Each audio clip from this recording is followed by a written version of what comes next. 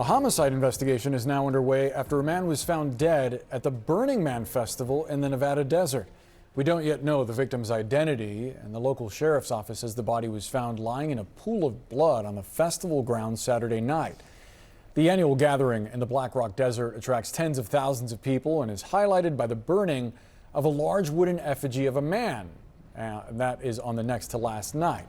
I'm joined now by former Boston Police Commissioner Ed Davis. Ed, thanks so much for being with us, especially on Labor Day. What are the main challenges in investigating a homicide like this? It's not only a remote area, there are harsh elements, and the nature of the crowd, it's very transient. Good afternoon, Boris. Yeah, it's going to be extremely difficult to get to the bottom of this one. This is a very definition of a transient community. It's a temporary encampment that's set up around this event. And to make matters worse, the body was discovered at the end of the event. Sort of the Burning Man was actually lit on fire, and then someone waved down a deputy and said that there's a body here. So at the end of that ceremony, people start to leave, and they clean everything up. That's a very specific duty that they have when they go there. They commit to that. So cleaning everything up could complicate things as well. But they don't know the identity of the victim. They've put a plea out to sort of ask if anybody heard anything unusual or saw anything unusual. But in the chaos of that final celebration, it's going to be extremely difficult for them to get a handle on this one.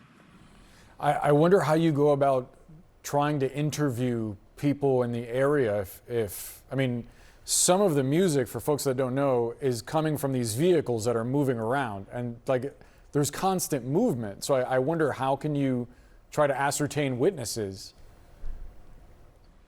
Right. It's not like you can go back and find fixed video cameras and the kind of evidence that we would find by taping off a crime scene. This is a very unique situation. So the Pershing County Sheriff's Office has a very difficult job to do. They will need to try to find, starting with the person that reported the crime, and then trying to, sort of flow out from there to anyone else who was in the area of this, to try to get witnesses as to who was around.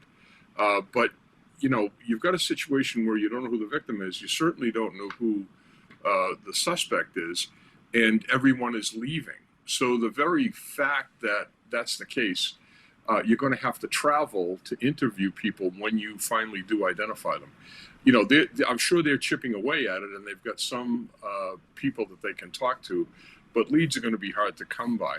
Now, hopefully, they'll process the scene, and they may find evidence there, DNA evidence of the suspect and the victim, so that they can at least identify him. But I'm sure they've run fingerprints already, and the fact that they haven't been able to identify him yet is really troubling in this one.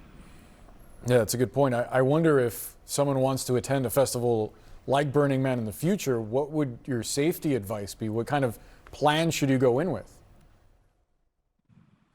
Well, certainly to know who you're with and understand the environment. You're in a very kind of loose situation.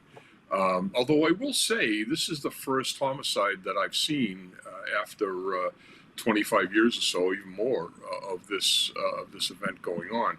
So there have been crimes there. There's larceny and an occasional sexual assault, but a homicide. There's certainly been deaths there before, and a newborn baby came into existence this time.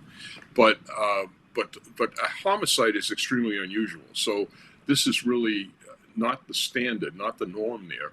But whenever you are there, any place where there's a lot of drug use, there were a number of arrests for MDMA.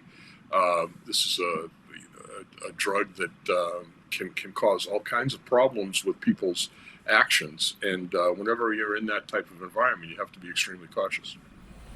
Ed Davis, appreciate the perspective. Thanks for joining us. Thank you, Boris.